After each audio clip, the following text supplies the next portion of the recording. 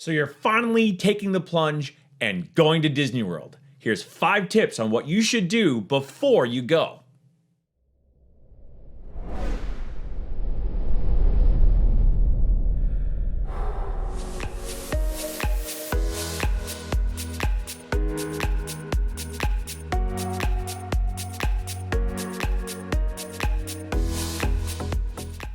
Hello and welcome to Carousel of Douglas.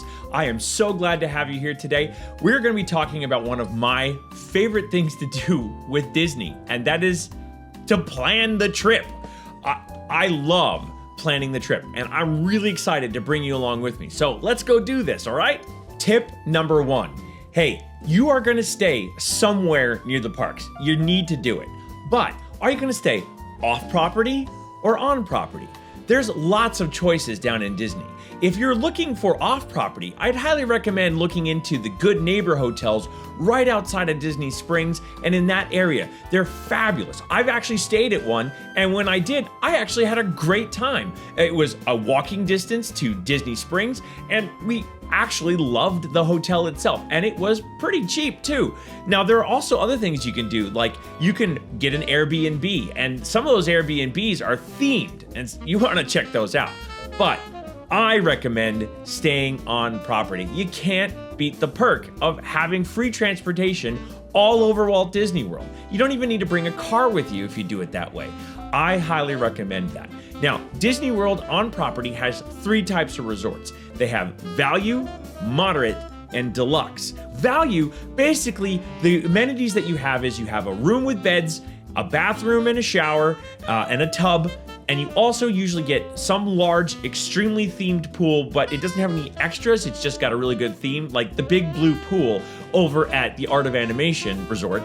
You also have options like a food court where you basically can go and get your food and get your standard Disney hamburgers and chicken fingers and fries, but a lot of them also have really good pastry cases as well.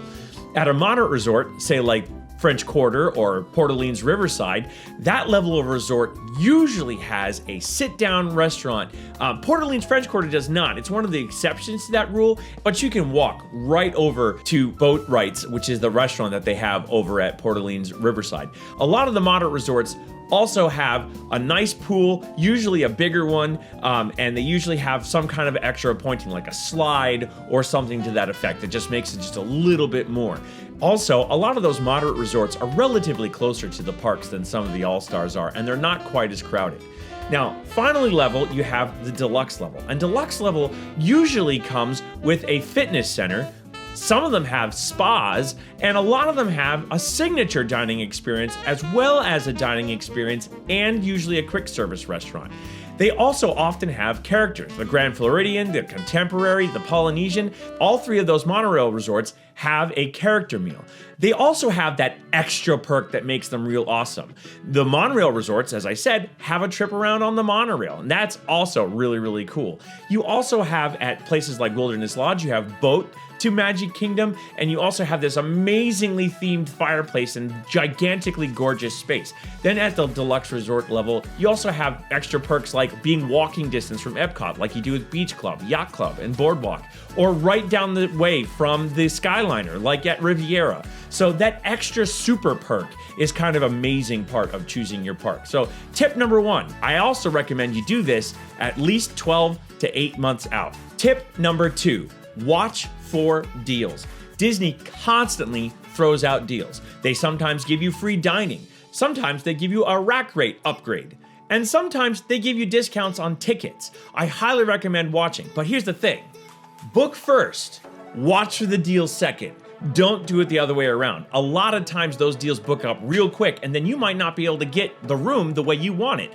Oftentimes, if you already have it booked, Disney will let you add it on later. So make sure you check out for that. Now, if you're looking for discount tickets and that's all you're looking for, I highly recommend going to Undercover Tourist. I'm not sponsored. I buy tickets from there all the time. Way cheaper than buying them even from Disney sometimes. So check out Undercover Tourist. Tip number 3, and I know some people really try to rail against this, but I'm telling you, it is the way you have to go at Disney.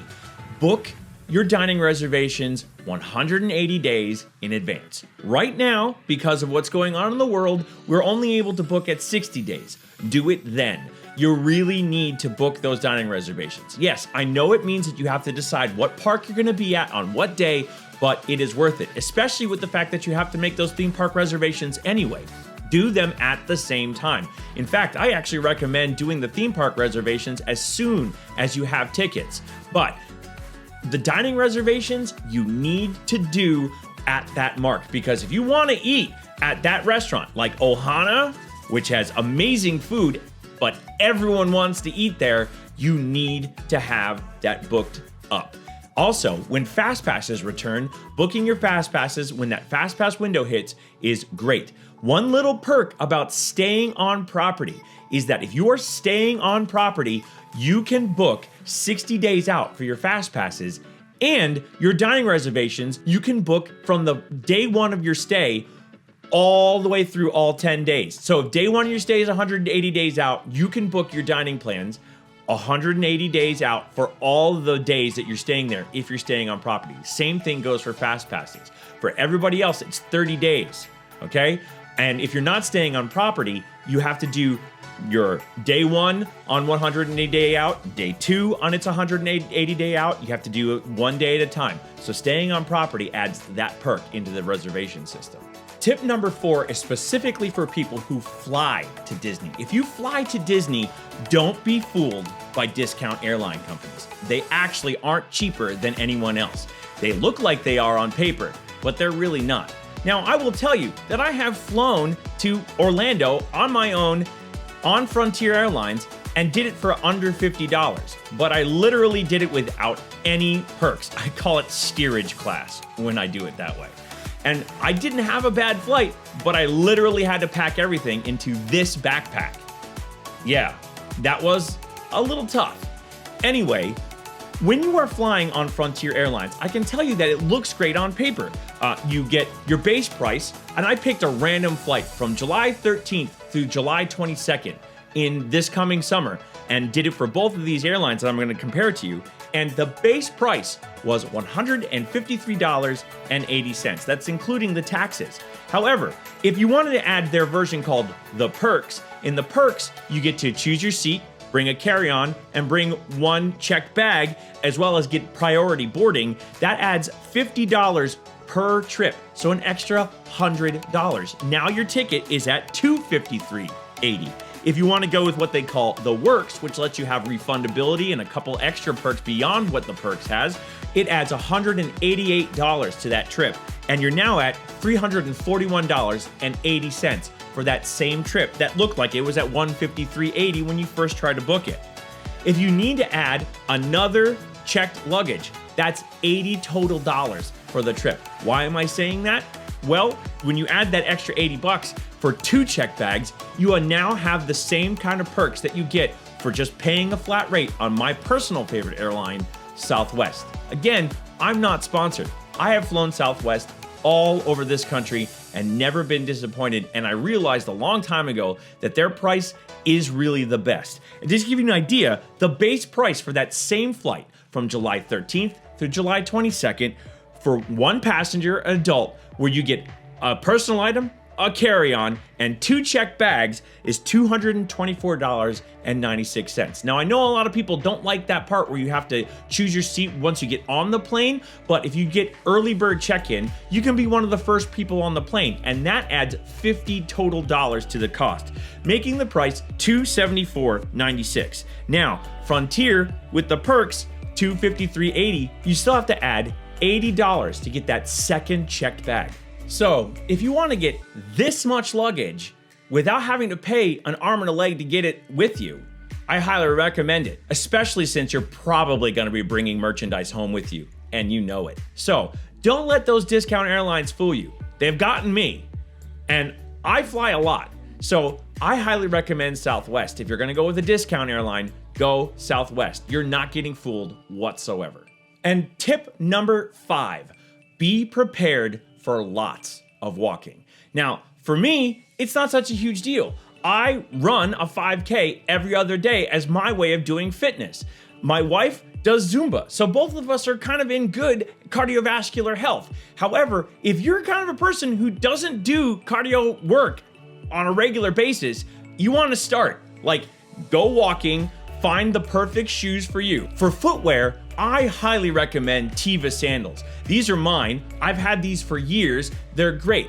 My wife recommends these strap sandals because, well, flip-flops, while they're comfortable and awesome to try to keep yourself cool, especially during the summer, if it rains and you step in the wrong puddle, now you're slipping out of your shoes everywhere you go. So I highly recommend those, but make sure whatever shoes you wear, you've broken them in, because you're gonna do like 10 to 11 miles a day. And I'm not joking. And it's pretty impressive once you realize how far you've walked in one day in the parks. So make sure you are ready to go walking. Before we go today, I want to share with you a new feature for Carousel of Douglas, and that is a mouse moment with Michelle. And she's going to give you a little tip about those great headband ears. Hey everyone, Michelle here. I just have a quick tip that I want to give you all if you like to wear the headband ears to the park like I do. This doesn't work for me if I buy them on a trip, but if I order them in advance or if they're from a previous trip, I find that these park ears crush my head. They hurt, they give me a headache, but I can't stop buying them because I'm addicted to ears. So you'll see in the picture that we're gonna drop here what I do to stretch them out. I basically find, this is a jewelry box I have, but any box or square thing around, you know, the right size will work for you. You just put the ears over top of it so they're stretched out and just leave them sit for days, weeks, months. I've never had a problem with them breaking, and after a while, they fit comfortably and I can wear them all day to the parks.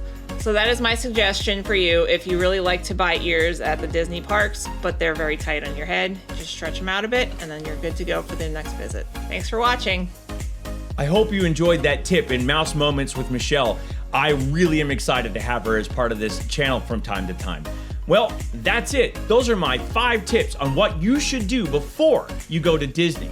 I hope you enjoyed this video, and if you did, please like and subscribe, because you know what? It's really gonna help this channel out, and I'm going to be putting content out like this twice a week, so I hope you enjoyed it. And like I always say, I don't like to say goodbye because I'm gonna see you real soon. So, see you, bye.